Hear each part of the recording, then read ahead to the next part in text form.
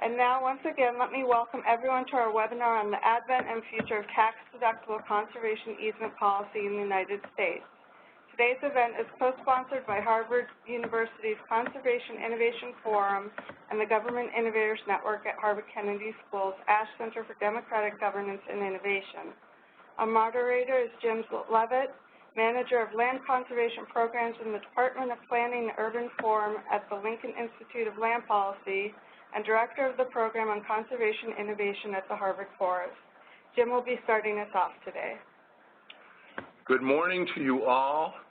It is a beautiful sunny day in Cambridge, Massachusetts. We're sitting in the offices of the Ash Institute for Innovation and Democratic Governance at Harvard University, and I have to my left the estimable Stephen J. Small.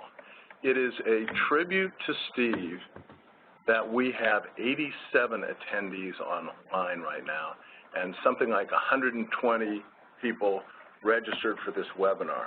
We've been doing this webinar series for more than 10 years, and I don't remember a time where there were more people interested and engaged in such a presentation. It's totally a tribute to Steve, who is a Kingsbury-Brown Fellow at the Lincoln Institute of Land Policy and winner of the Kingsbury-Brown Conservation Leadership Award, which is the highest award given by the Land Trust Alliance.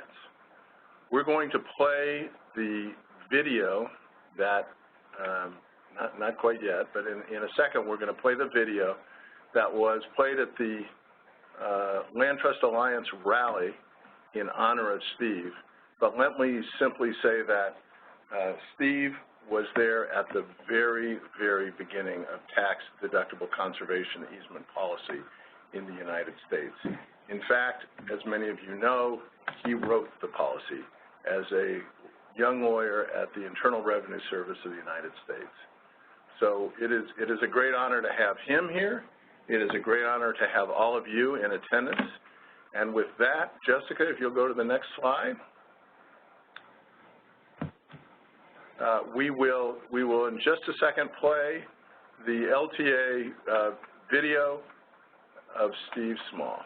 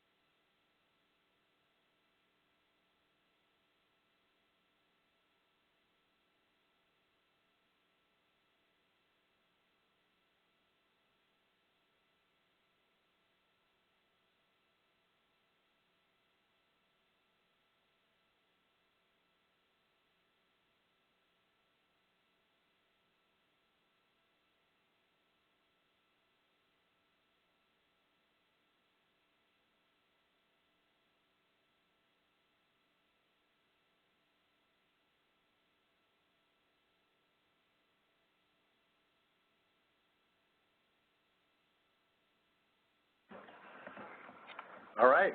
So we hope that the video was smooth for you. We see that it might have lagged the audio just a little bit, but I think you got the story that Steve has really made a tremendous difference. We start our story when Steve was at the IRS, and I want to let him tell the story as best he can. Steve, how is it that you became the principal author of IRS regulations regarding tax-deductible conservation easements? Serendipity, Jim, karma, destiny, you can choose the word. I went to night law school at Georgetown when I was working on Capitol Hill, and I wrote a paper on the amendments in 1977 to the conservation easement statute that first passed in 1976. And the IRS had a reg project on that. Nothing was happening to it. When I finished night law school, I went to IRS, and I asked one of my advisors, how can I get that reg project on conservation easements? And he said, call me in a month, because it depends upon who your branch chief is and what the other assignments are and so forth. And I got to IRS, and there were 9 reg projects sitting on my desk, and that was one of them.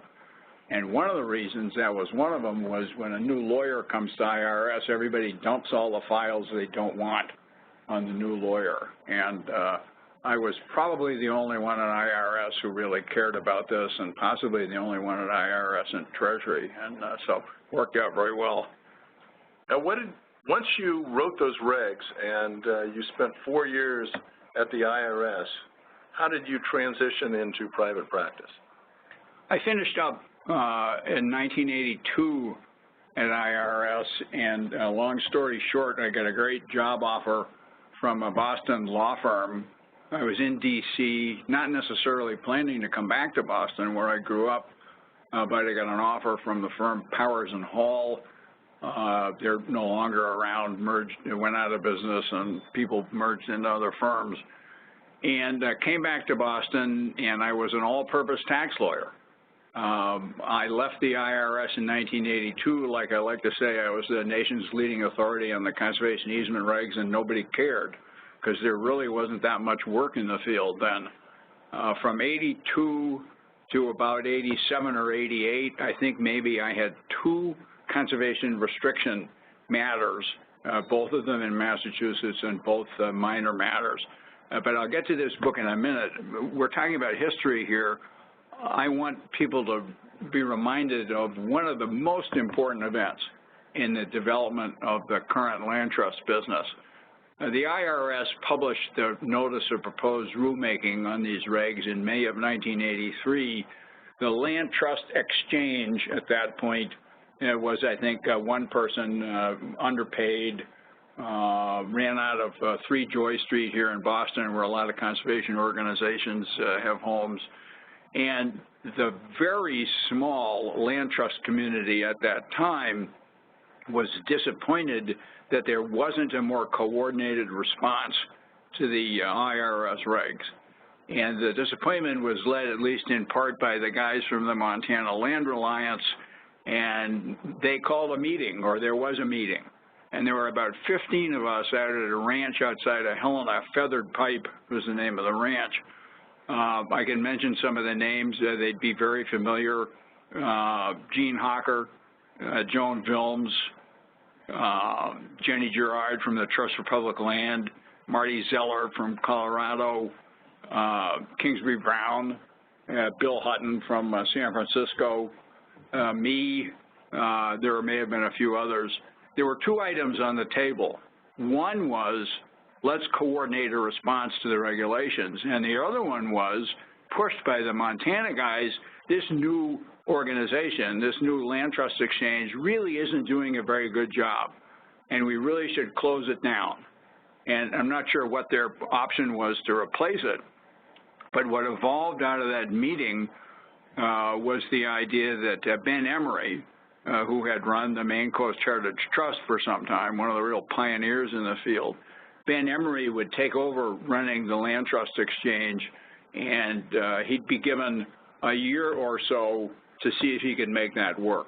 Well, the rest of the story is there were 15 people in November 1983 at Feathered Pipe in Montana, and LTA was almost shut down, and the first land trust exchange rally was in Washington, D.C. in 1985, 2 years almost to the month after the Feathered Pipe Conference, and there were 200 people there. And so the transition from a struggling infant organization to something that had a lot of power was really a very important change.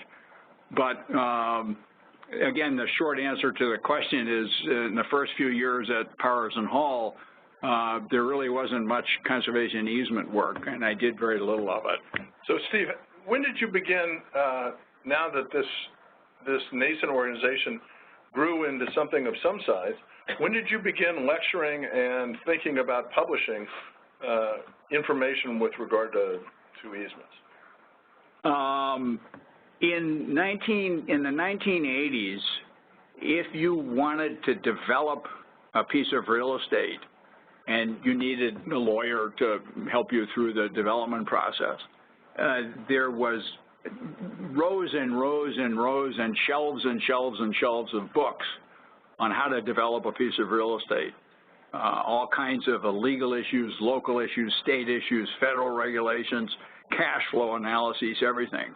If you wanted to protect a piece of real estate, the bookshelf was empty.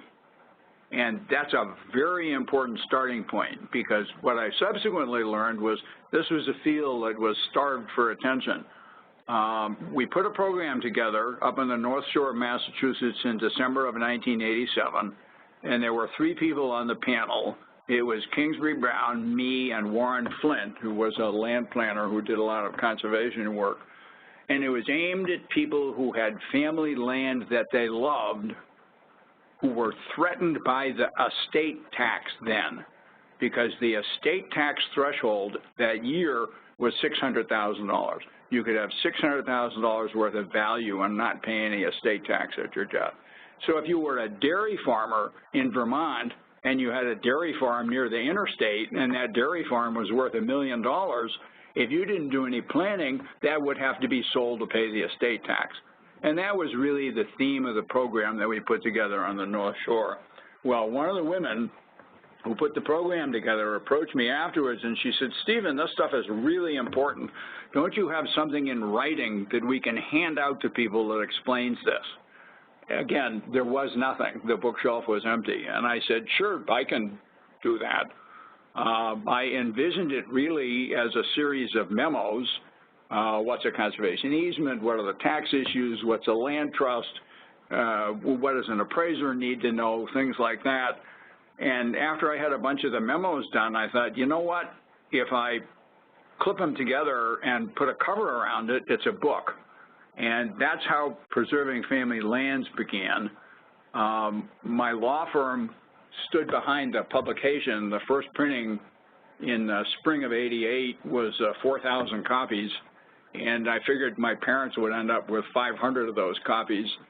We sold them for $2 each, and all the buyers in that first round were land trusts.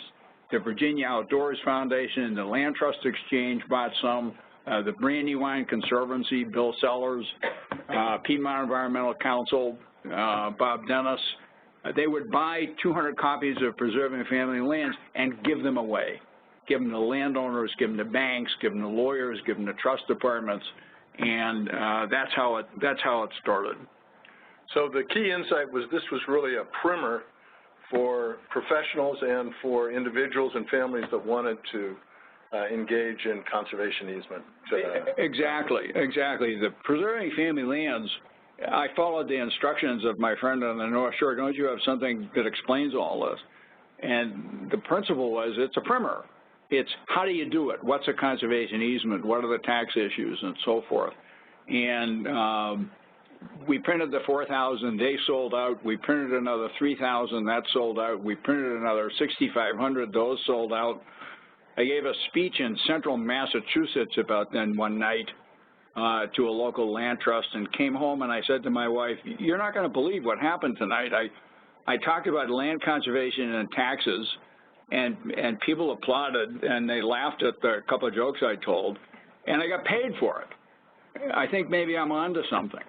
And as I say, I was blessed to be in the right place at the right time because the field was really unserved at that point. Lawyers around the country knew nothing about conservation easements. There may have been 2 or 3 exceptions to that. Accountants, banks, trust departments, wealth managers, it was a field that needed some good literature. So, Steve, you went on from book 1, which was updated and revised several times, to write Preserving Family Lands, book 2. When was that published, and what was the key insight in that second volume of this trilogy? I forget when it was published, but early 90s maybe. Book 2 and book 3, which we'll talk about in a minute, I think reflected my understanding of the evolution of the field. In the beginning, landowners and land trusts thought, okay, we'll get Aunt Sally to sign a conservation easement on her farm, and she'll give it to us, and we'll record it, and that's the end of the transaction. And I began to realize that things were a little bit more complicated than that. You know, I like to say in the beginning we knew the answers to all the questions, but that was because we didn't know what all the questions were. And I found that a lot of families were very, very interested in passing land to the next generation, what I call succession planning for family lands, and that's really what book 2 was about. It's about using vehicles like wills and trusts and partnerships and things like that to be able to get land to the next generation. Very important observation. Every professional advisor in the country understood the concept of succession planning for family businesses. Plenty of literature, plenty of seminars, plenty of information available. Almost nobody understood the concept, which was completely new, succession planning for family lands, and that's what book 2 tried to address. So then a third book came along, and what was the genesis of that and the big message? Same idea, Jim. It evolved out of my continuing understanding of the continuing evolution of the field. One of the things I noticed, I actually have a copy of book 3 here, and let me read just a paragraph. When I wrote Preserving Family Lands, good literature on this subject was impossible to find. More than a decade later, good literature on this subject is still much too difficult to find. Interest in conservation easements continue to grow, but the ability of private sector professionals to support this field has lagged way behind. Too many organizations with no experience, no guidance, no checklist, and no criteria are now accepting conservation easements. I was talking about many of the folks that might be on the phone today. And by the way, I love the attendance list, and hello to all my friends and others out there. And book 3 was a more advanced version of book 1. Book 1 was the simple stuff. Book 3 was the more complicated issues. But to me, the principal contribution of book 3 was the second part, part 2 of book 3, was a checklist on how to do a conservation easement project right. All of the due diligence things that needed to be done, like running the title, like understanding the mineral interest issues, like making sure you know who the correct owner of the property is, like making sure the land trust that's accepting the easement is in good standing. And I found that so many people still viewed this as a lovely piece of work. We're going to help Aunt Sally protect her land, but it was becoming apparent to me that these transactions really should take on, for planning purposes, more like a business transaction with a lot of I's that needed to be dotted and a lot of T's that needed to be crossed. So, Steve, over the course of the 10 to 15 years that you were publishing these 3 books, the land trust community grew dramatically. We went from maybe a couple of hundred land trusts to more than 1,000, at least up until the present day. I think there are 1,100 or more active land trusts in the United States, and from very small amounts of land protected to a cumulative total of something like 54, if my memory is correct, 54 million acres of land protected in the United States with the assist of land trusts using these instruments and others. Your practice of law, particularly in this field, grew alongside this larger community of practice. And if we can go to the next slide, we have a map of several of the places that you've worked. Can you describe just a little bit the range of clientele that came to you? And I'm really interested in the story of how you finally reached all 50 of the United States. First observation here is whenever I finish a speech or a presentation, folks will say, thank you for coming. And my response is, I only go where I'm invited. And this was really driven by phone calls and letters, and this is before email, that I got mostly from land trusts around the country saying, will you come out and do a program for us? The typical program was I'd fly out in the morning, in the evening I'd talk to landowners or talk to board members, some kind of a smaller group. The next morning I'd do a continuing legal education program on the tax code issues and the basics and so forth. And there were, attendance would range from 30 to 150 at those, depending upon how urban or how rural and the outreach that the land trust did. But the invitations came from the land trust people. And in the beginning, I got occasional clients. People would say, I have your book. And I'd say, yeah, but have you read it? So I have your book. I've read your book. I need your help. Can you help me protect my property? But a lot of my early referrals came through the land trust community, which leads me to a very important observation about this work. In the beginning, and my wife worked with me a lot, Connie worked with me a lot on this side of the business. How do I get the word out? I've written a book, I've written a couple of books. How do I get the word out? And we found, going through other national conservation organizations like Ducks Unlimited, like a Humane Society or wildlife organizations, really didn't get us very far. We also quickly learned that most people with a lot of land in the United States, number one, didn't have the same zip code. Number two, didn't belong to the same organizations. Number three, didn't read the same magazines. So it was very difficult to reach out to landowners. And I finally concluded what was staring me in the face, and it was that the way to reach out to landowners is to reach out to land trusts, because landowners are so spread out, even within the land trust community. The best land trust in the country probably has not yet reached out to all of the potential landowners in its service area. So I couldn't do that. But I had hundreds of programs. I traveled a lot in the late 80s, early 90s, and mid-90s, and it would be, again, typical day or 2 days.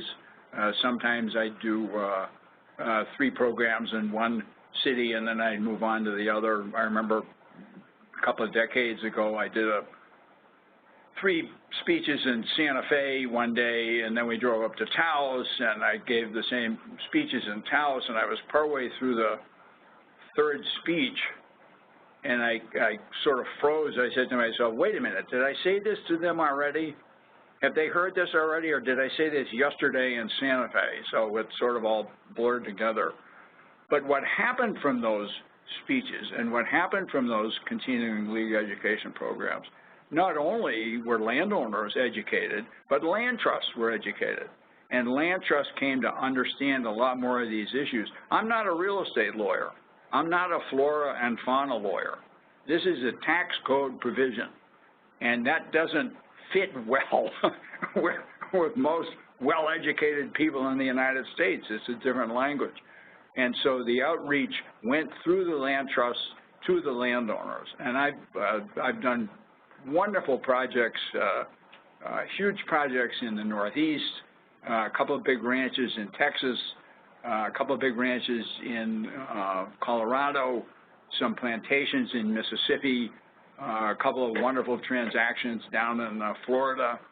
And I could go on and on. People say to me, what are the most beautiful parts of the country? What's the most beautiful part of the country you've seen? There isn't one. because so many parts of the country have their own unique kind of beauty. The low country of South Carolina, the Grand Tetons, going around a bend in New England in the fall, and a little farm with the foliage, the California coast. So I've been very lucky, and again, as I like to say, I only go where I'm invited, so thanks to the invitations from all the land trusts. So I think you've brought up a very important point, which is that you're a tax lawyer going around the country talking to people about land conservation, which underscores the fact that a great deal of the interest in land conservation is supported, is undergirded by the fact that there's an opportunity to do conservation finance here, that the incentives that were provided, are today provided by the federal government, don't compensate landowners typically for 100% of their land, but that tax incentive which gives them part of their money back in terms of reduced taxes has spurred a movement that is now nationwide in scope and much, much larger and much more influential than it was when you had that meeting in Montana almost 40 years ago. Steve, having covered the nation and all 50 states with advice on conservation easement, tax law, and related topics, you have more recently written a book on the business of open space, What's Next. This is your fourth book that you publish and make available on your website. And I think this is a topic of particular interest to the 120 people who are sitting out there online listening to this presentation. So can you give us a little bit of insight into what you think is next for the business of open space? I think one of the first things there were two things really that got me thinking about the need for another book. Number one, I saw some gaps in the current field that weren't being filled. For example, open space that's owned by a town, open space that's owned by a college, open space that's owned by the county, that people take for granted as open space. And it's not restricted, and it could be sold. And many of the people online today know examples of situations like that where property that everyone thought was open space would stay open space, but if it's not protected with a conservation easement, it won't. And I wanted to try and talk about that a little bit, and we've actually seen a couple of great examples recently, including Middlebury College, a wonderful program where they protected a significant amount of acreage up there with a conservation easement. Another thing I found troublesome, and it's funny because when I first started to admit this, I thought, well, that's a change, is as we all know, the IRS is now very heavily involved in the conservation easement business. Many people listening would say they're more involved than they should be. That's a different discussion. But I came to the conclusion, and I know I'm not the only one that feels this way, that Section 170H of the tax code and the conservation easement provisions are limiting. It's in perpetuity, but IRS doesn't like amendments. It's hard to draft a conservation easement that works for 20, 30, 40, 50 years out. You can't anticipate everything. And I began to think that we need new tools like conservation easements, not to replace them, but to supplement them, that provide more flexibility. And I haven't seen that grow yet much, but it's still on the table, and I think it's important to mention it. But the real epiphany for me was, and this is in Chapter 2 in my book, my friends down at C2I Investments in Middleburg, Virginia, let me tell you the first deal they tried to put together, okay? And I'll preface it by saying we think of conservation easements as extinguishing development rights. You're a landowner, you can build a 40-story office building, you can subdivide your property, you can pave it over. A conservation easement extinguishes those rights. and it reserves the right to do farming and agriculture and forestry and so forth. But land has a lot more attributes and resources and qualities than those we have traditionally thought about as either extinguishing or preserving with a conservation easement.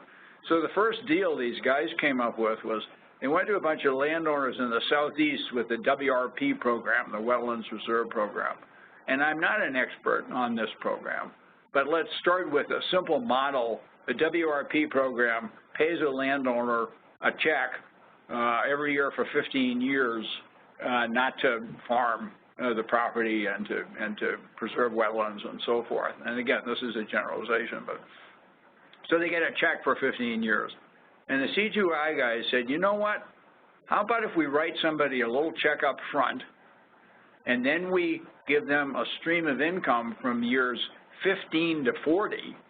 Okay, they're getting a check from WRP for years 1 to 15.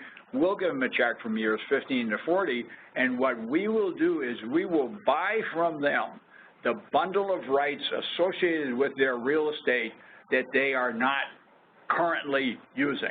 They can continue to farm, they can hunt and fish, recreational activities, and so forth, but that bundle of rights includes a whole bunch of other rights associated with every single acre. Carbon credits is the most obvious example of this today, but their view is we're going to capture these rights, we're going to hold them. At some point in the future, there will be more markets for more of these resources, like water credits, like green credits, like urban garden credits. I mean, you just name it. These fields are waiting to open up. And I thought to myself, this is brilliant because it sort of turns around the conventional thinking about conservation easements. Instead of saying you can't do any of these things, what it says is you can continue to do these things. Are we still on the air? Yeah. We are still on the air. Hold on just a second while we get the computer image back. I can keep talking now. Yeah? You can keep talking, right. You know, we need to think of all of these other potential resources, and this is what Jim was talking about with conservation finance. I think, Jim thinks, the C2I people think, a few other people, not enough yet, think that in fact we can attract millions and millions of dollars, hundreds of millions of dollars of investment money into deals with sound conservation results and assets that can be traded in the marketplace at a profit without hurting the land, and in fact with protecting the land. I was at the seminar at Texas Tech, and we'll talk about that in a few minutes, and environmental issues and so forth, and I said to the folks there, and most of them are authors, you know, what underpins every single environmental issue that I can think of is open space. If all the land in this country got paved over, you all wouldn't have anything to do. But if the more open space we can keep, I don't have to tell the people on this program all of the qualities that can be protected: clean air, clean water, climate. You can keep going down the list. And I think that we've done great with conservation easements. We've done great work with government funding. The business has thrived for 30 years on conservation easements and government funding, but we need a bigger toolbox. We're entering a very significant period of transition right now. A lot of land in this country is owned by landowners who are older, and as my definition of elderly goes up a little bit each year. That land is going to change hands, and it's going to potentially change use over the next 5 to 30 years. So we're in a very important period. I think conservation easement's a great tool. Government funding's a great tool. Nobody knows what's going to happen to that, but we need a bigger toolbox, and that's what that book is about. So I want to remind the audience that there is a question box, Q&A, that I hope if you're thinking of questions for Steve, you write them there so that at the end of this question and answer session that I'm having with him, we can address some of your questions. So let me invite you now to click on that and send us typewritten copies of your questions, and then we'll address them in a minute. Steve, as an undergraduate at Yale and then as a law student at Georgetown, you were taught both to write very well and to read and appreciate good writing. And in fact, you became quite a collector of books focused on conservation and the environment. How did that happen? How was it that you started buying up and saving for yourself at first these exquisite books on conservation? Around 1990, 91, 92, I'm not even sure when, and I don't even remember the transaction, but we had just closed a very important conservation transaction that I'd worked on for a long time. And I was working with the firm in downtown Boston then, and I went out at lunch and I said, you know what, I'm going to buy myself a present, congratulate myself, just enjoy this a little bit. And I really didn't know what I was going to get.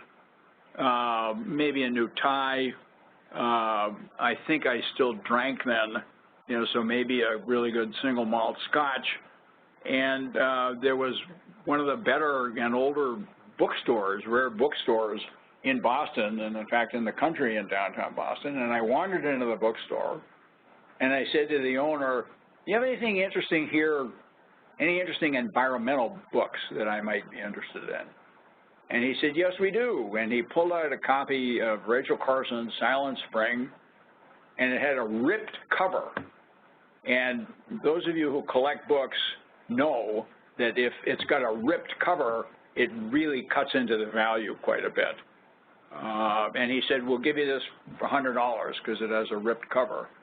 And great, and I bought it, and I brought it back, and I put it on my desk, and I brought it home, and I looked at it. I didn't read it yet. I read it, and I looked at it, and I looked at it some more, and it talked to me.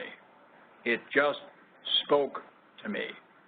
And I started to follow the book conventions, and I started to go to shows, and I started to get catalogs.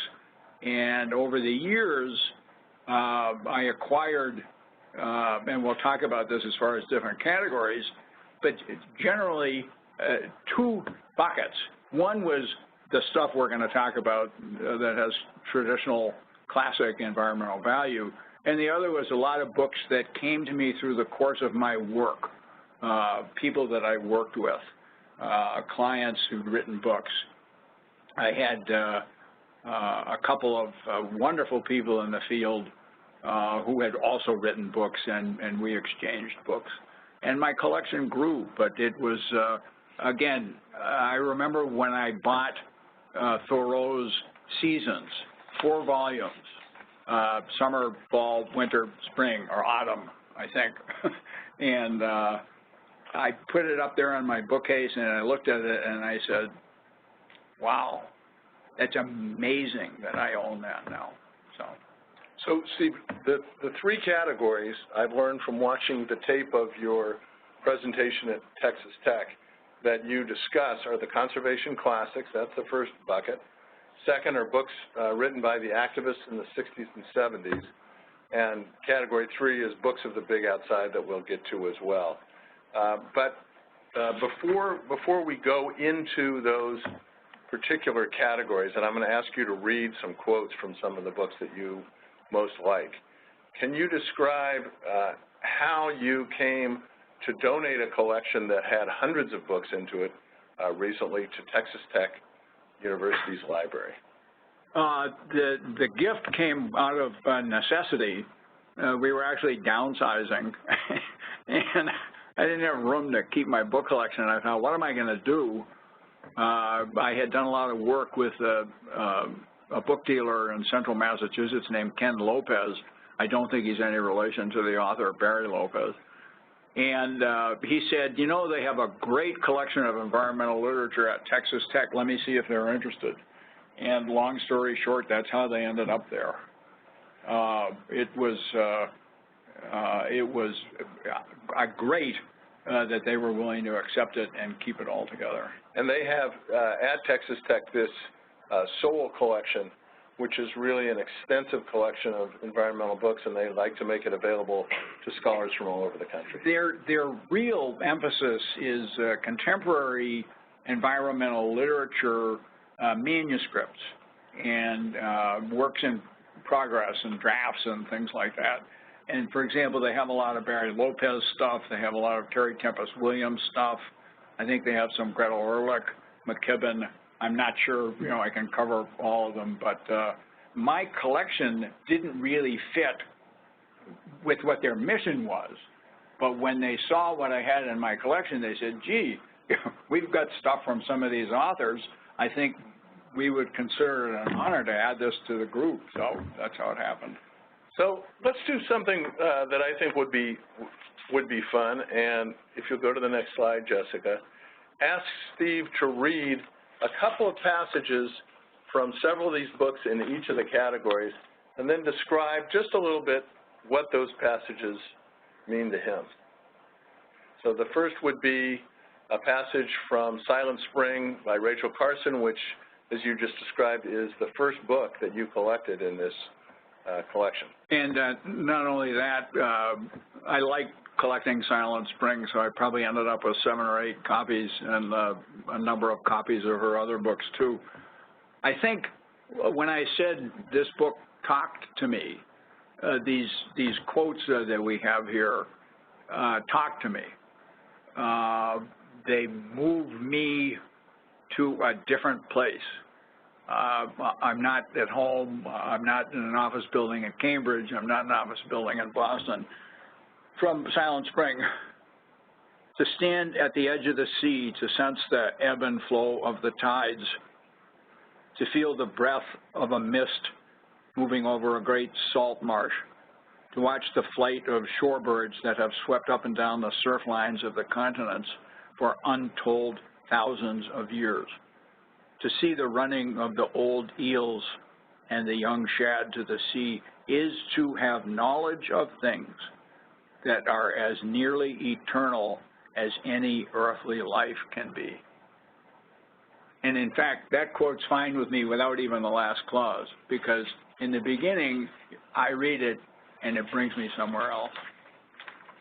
So next slide, please, Jessica. We have a quote that you like to use from time to time in some of your addresses, and it is especially prescient given that it was written by Henry David Thoreau in January of 1861, some 30 years before the first land trust in the world was created. I've read this a lot, and I add a line at the end. Think of the common sense, really, in this. What are the natural features which make a township handsome and worth going far to dwell in? A river with its waterfalls, meadows, lakes, hills, cliffs or individual rocks, a forest and single ancient trees, such things are beautiful. They have a high use, which dollars and cents never represent. If the inhabitants of a town were wise, they would seek to preserve these things, though at a considerable expense. It would be worth the while, Thoreau says, it would be worth the while if in each town there were a committee appointed to see that the beauty of the town received no detriment. And that's when I always add, Thoreau didn't know it, but he was talking about land trusts.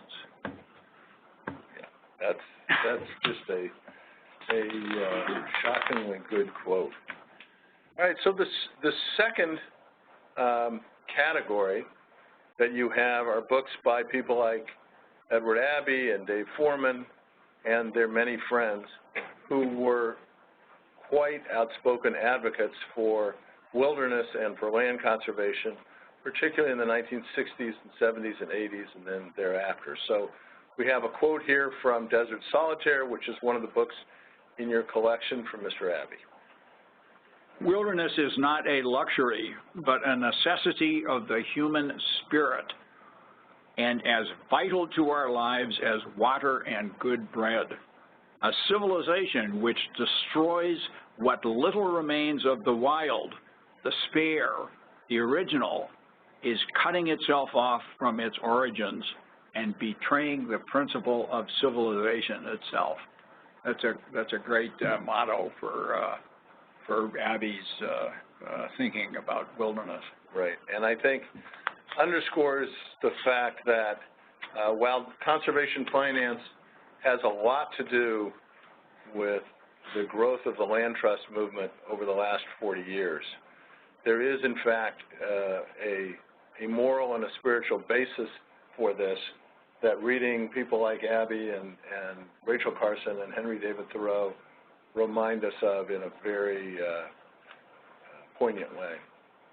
So then we have a third category of books, and this is an author that I have to admit I was not familiar with before I started talking to Steve about this, which is novels and books, as Steve calls it, of the big outside, which I think is a notion that you got from Dave Foreman. Yes. There are two quotes from A.B. Guthrie, Jr., one from Fairland, and a second one that we'll get to in a minute. But Steve, can you read this quote from Guthrie's book called Fairland? One of the things that Guthrie captured in his books was what's gone. And that's the setting and the thinking behind a lot of his literature. Time, he thought. There was no such thing as time then, now, or ever. Time was always. It was the changes, the trappings along the way that a man reckoned his life by. Rendezvous, dead and gone, along with plenty of those who had enjoyed it. Beaver, nigh gone. Fur companies and some sometime mountain men making out with coarse furs. Before a man knew it, the buffalo might all be killed off. Mountains lasted, and what else? The sky, maybe the high plains and the riffling grasses.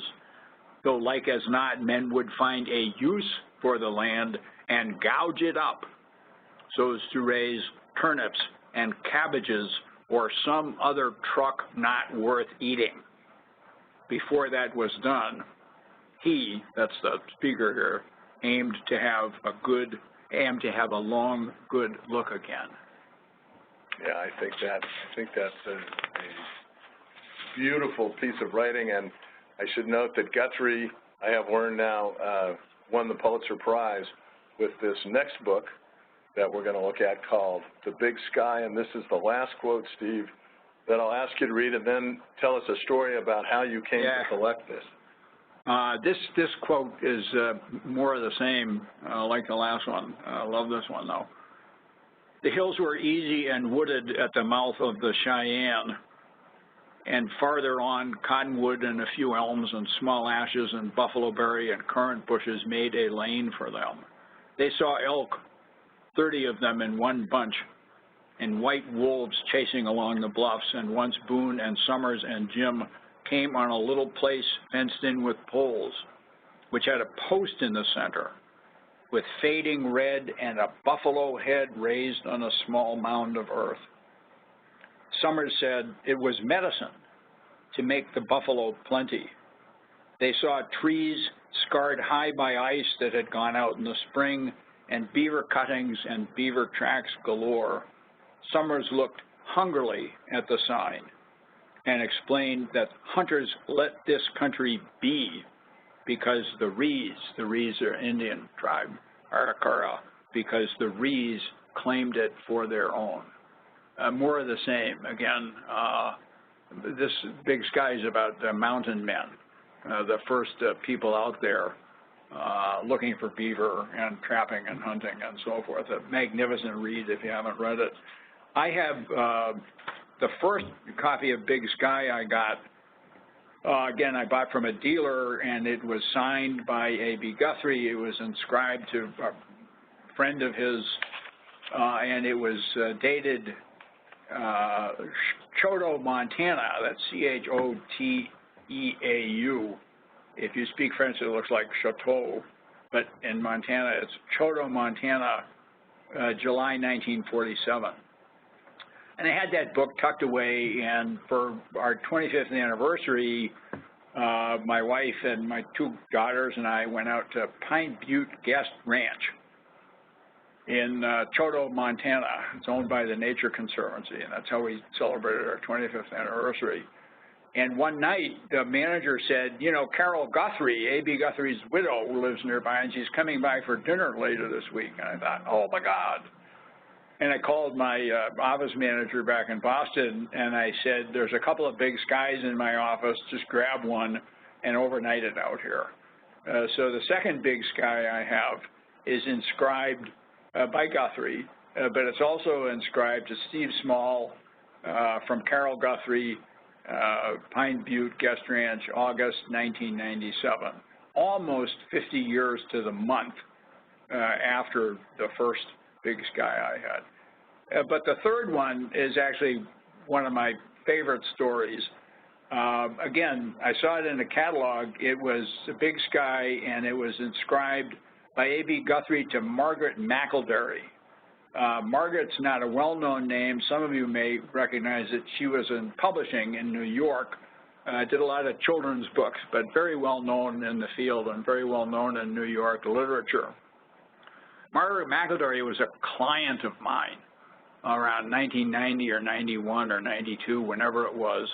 She had some land on Nantucket that she wanted to protect. And it's one of those tough site visits, but I flew over to Nantucket when she was there, and we met in the morning, and I went out to see some other people, and she said, come back around 5, meet some of my friends. If we're not here up at the cabin, up at the house, we'll be down at the beach. And I got there at 5, and there were 4 or 5 people down at the beach, and I walked down to the beach, and one of the people she introduced me to was David Halberstam, who was standing in the group. And she said, David, Steve Small has some books himself. He does land conservation work. And Halberstam said, and that's very interesting. He said, you know, my wife's family has some land, I think in North Dakota. I'm not sure, North or South Dakota. And we were just out in Wyoming, and I was talking to some of the people there about land conservation. And in fact, somebody gave me a book on land conservation. And I said, were you at the Jackson Hole Land Trust? And he said, yes. And I said, were you talking to Story Clark from the Jackson Hole Land Trust? And he said, yes. And I said, did she give you a copy of Preserving Family Lands? He said, yes, that's it. And then I said, I wrote that book. And he looked at me and he said, you wrote that book? And I had to bite my tongue because I wanted to say, and what do you do for a living, David? But I didn't. So that's one of the things, when I get deep into my collection, the connections of how meeting Dave Foreman for a drink in the bar of the Tucson airport led to my awareness of his catalogs of books of the big outside, which led to reading Guthrie, which led to meeting Carol Guthrie, which led to meeting David Halberstam, and I love those connections. Well, Steve, you have really brought this full circle beautifully. It really is about all the things that you have written and done in the land conservation field, and the generosity that you've shown by giving this collection of books to Texas Tech and available to scholars in perpetuity. For those of you who are interested in a link to Steve's remarks given at Texas Tech when he presented these books to the university, it's available on Steve's website, www.stevesmall.com, under the speaking banner. And then for an annotated list of the books that Steve donated to Texas Tech, you can go to the website that's listed here, which is on the Kennedy School website, and it's just a remarkable list that goes on for 25 pages. Now, Steve, before we take questions from the audience, and I want to let people know that we're going to go 10 or 15 minutes over time because we don't really have a constraint, and if some of you have to drop off, we understand, but we want to engage in some of these very thoughtful questions that have already been submitted or any others that you want to submit. Can you tell us what the drum set is at the bottom of the picture? Just to show you all work and no play and so forth. Texas Tech is in Lubbock, Texas. And Lubbock, Texas is also the home of the Buddy Holly Museum. And this is actually the room in the house of Buddy Holly's drummer, where they wrote most of their classical songs, including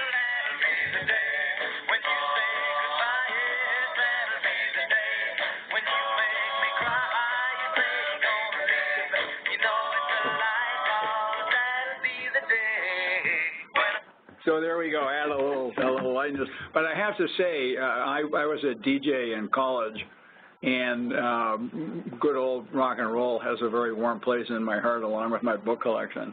Excellent, excellent. All right, so last slide, please, Jessica. So I just want to put this in context. Steve was the 2015-2016 Kingsbury Brown Fellow. He joins a long list now of others who have, like Kingsbury Brown, really made a mark on this community of practice to which I think everyone in this webinar belongs. This is a picture of the Pioneer Valley in Massachusetts along the Connecticut River, which is just full of federal and state and private and nonprofit land, which has been protected in perpetuity. Now, Steve, I'm going to move to a couple of questions and invite anyone who has additional questions to ask. But the first one is a very simple question from Joseph Stein, and exactly the kind of question that Steve is used to addressing, which is there a minimum amount of acreage necessary to create an easement? Are there things that are too small to worry about? Too small, I guess it depends on how you define too small.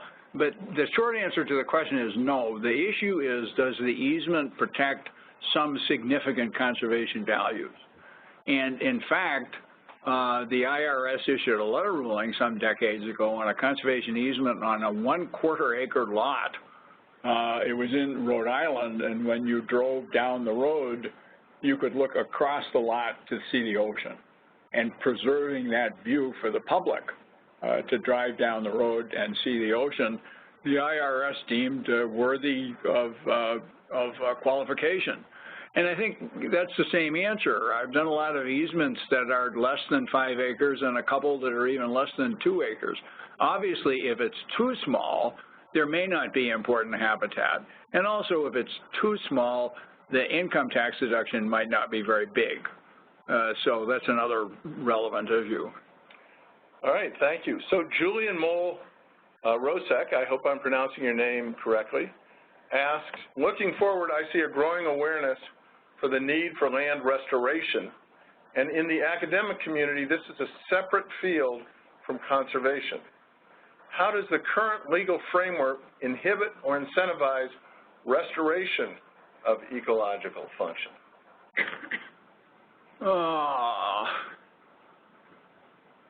I'm not sure the current legal framework incentivizes it.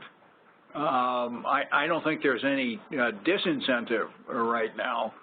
I've had a couple of people, actually I'm working on a conservation easement now in Kansas, and the owner wants to build a little bridge across a creek, and the land trust said, you know what, build the bridge first and then put the easement on it, and then we don't have to worry about whether the easement allows building a bridge.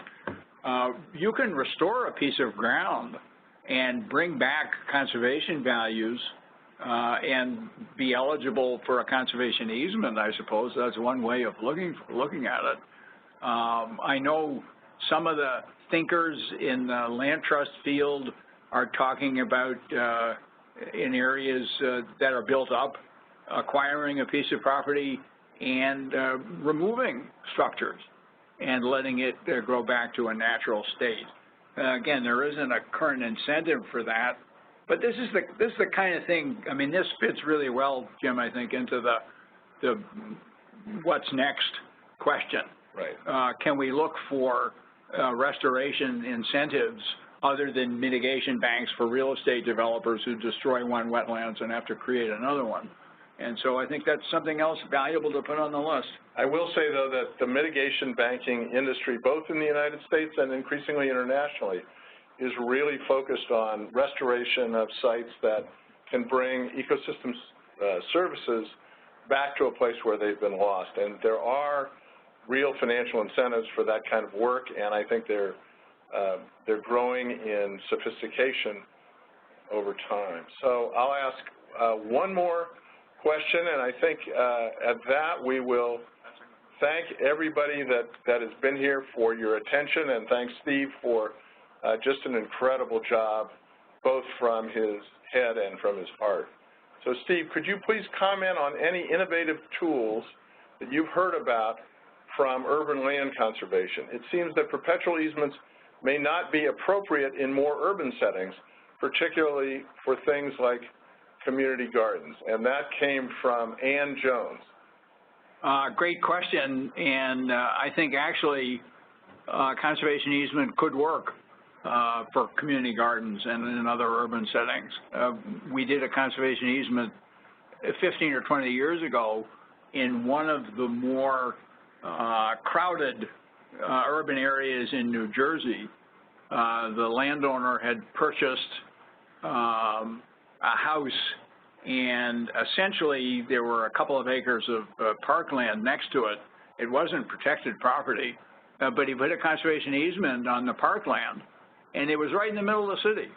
And it absolutely could have been built out. It was zoned for 5 or 6 houses on the additional 2 acres. And same thing with an urban garden, community garden. One of the issues, and this is the lawyer in me on this one, is how is ownership held? Because sometimes the form of ownership can interfere with potential tax benefits. But if people think about that at the outset and how to structure these transactions, I think urban open space absolutely, under the right circumstances, can qualify for a deduction. All right, with that, I want to read a button that Steve has on the table in front of me. Steve is famous at Raleigh, as many of you know, for his buttons that express all kinds of interesting thoughts. This one says, new ideas, more acres. And I want to thank Steve for coming up with new ideas and protecting more acres for over 4 decades in this, in the midst of the growth of the land conservation movement. And we look forward to working with you in coming years, Steve, as you continue to come up with new ideas and protect more acres. Thank you, Jim. Just one more observation, and that is in 1989, the Trustees of Reservations, which is a statewide land trust in Massachusetts and the oldest in the country, awarded its annual Conservationist of the Year award. And there were 2 winners that year, Kingsbury Brown and me. And when I accepted the award, I said, isn't it remarkable that the 2 people who have won the Conservationist of the Year award are both tax lawyers? All right, with that, I will thank you all for your attention. I thank Steve for his wisdom, and we will be back in touch with you early next fall to continue this series of webinars. Have a great afternoon.